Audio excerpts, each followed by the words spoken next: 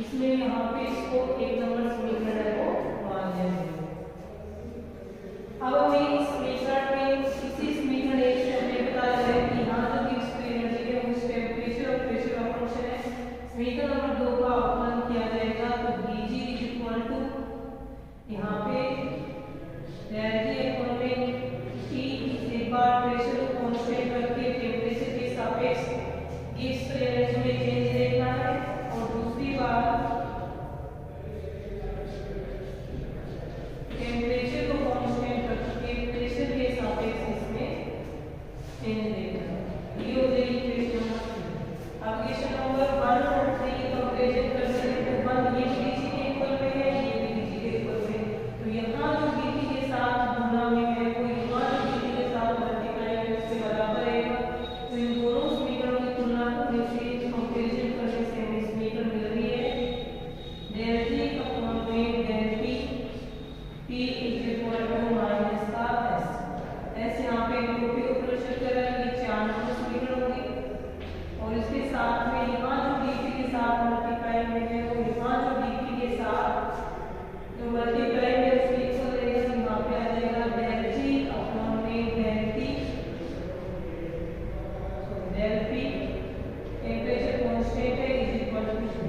अब समीकरण नंबर 4 और 5 आइए इससे ये करके हो रहा है कि समीकरण नंबर 4 में ये वाला वैल्यू नेगेटिव में है तो इसका मतलब है कि कांस्टेंट प्रेशर पे जब हम टेम्परेचर को बढ़ाएंगे तो गिब्स फ्री एनर्जी है वो हमेशा ही कम होगी। इस वाली नेगेटिव वैल्यू ये हमेशा नेगेटिव आएगी, फोर्थ में इसके इक्वल में जो भी वैल्यू आएगी नेगेटिव रहेगी। इसका मतलब है कि स्थिर दाब पर ताप बढ़ाने पर गिब्स फ्री एनर्जी है वो कम होती है। इसके अलावा समीकरण नंबर 5 में से ये वैल्यू हमेशा पॉजिटिव रहेगी। इसका मतलब है कांस्टेंट टेम्परेचर पे प्रेशर इंक्रीज करने पे गिब्स फ्री एनर्जी है वो बढ़ती है हमेशा। स्थिर ताप पर दाब बढ़ाने पर उसकी गिब्स फ्री एनर्जी है उसका मान हमेशा ही बढ़ता है। ये इसमें दाब आयतन और ताप के साथ में गिब्स फ्री एनर्जी के अंदर चेंज हो गए।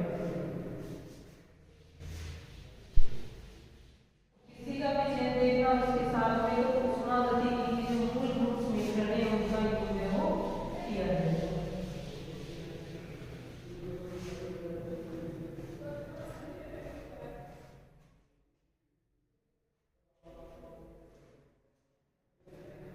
इसके बाद में नेक्स्ट करेगा इसके अंदर गिब्स हेल्महोल्ट्ज इक्वेशन।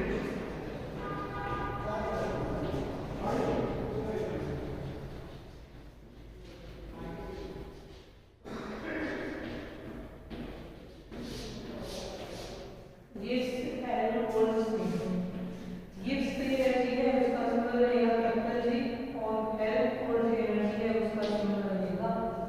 तो इन दोनों में चेंज की इक्वेशन एक है गिब्स फ्री एनर्जी की और एक इसकी हेल्महोल्ट्ज ऊर्जा की। तो गिब्स फ्री एनर्जी में जो भी आपकी इक्वेशन है पहले इसके लिए तो किसी दो समीकरण बनती है इसका चेंज बता के और एक इसमें परिवर्तन को प्रदर्शित करती है। तो सबसे पहले गिब्स फ्री एनर्जी वाले में इक्वेशन से आता है G is equal to H minus में Ts। ये इसकी एक नंबर समीकरण रहेगी। उसके बाद में गिब्स फ्री एनर्जी चेंज देखेंगे तो del G is equal to del H minus में T del S। इनमें चेंज इसलिए नहीं किया गया तो ये टेम्परेचर इसके दो बनते हैं, एक माइनस में T डेल्टा S तो एक बनता है माइनस में डेल्टा S T।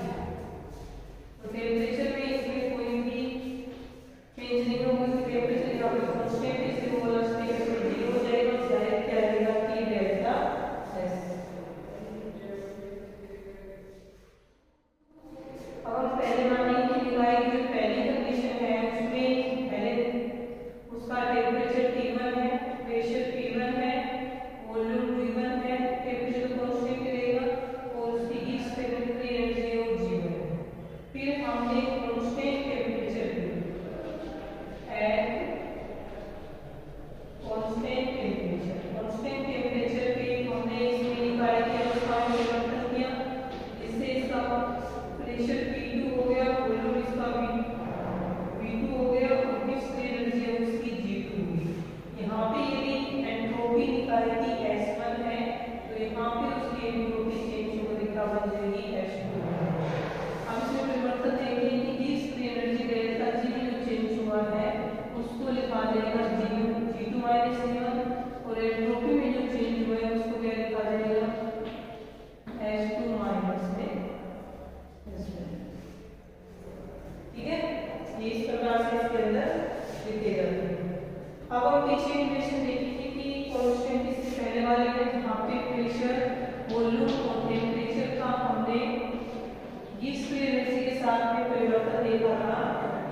मुझे समीकरण देखने के कांस्टेंट प्रेशर पे टेम्परेचर इंक्रीज करने पे गिब्स की एनर्जी है वो डिक्रीज होती है। न्यूटन का साइन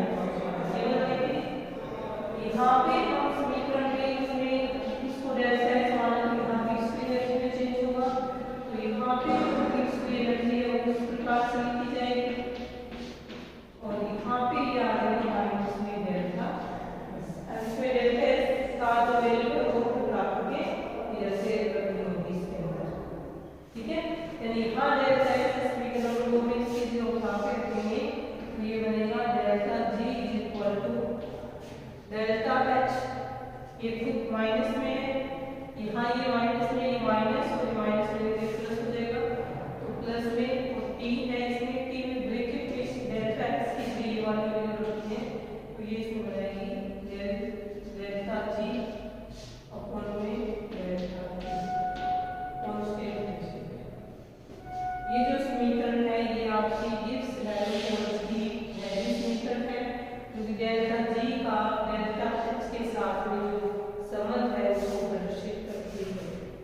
अब गिब्स हैलोजन की जो दूसरी समीकरण है वहाँ पे हम ए के सापेक्ष लेते हैं, तो हमने गिब्स के एनर्जी विच्छेद देखा है, वहाँ पे हम ए लेके चलेंगे क्योंकि हैलोजन ऊर्जा है उसको यहाँ पे ए से प्रदर्शित है वो क्या है।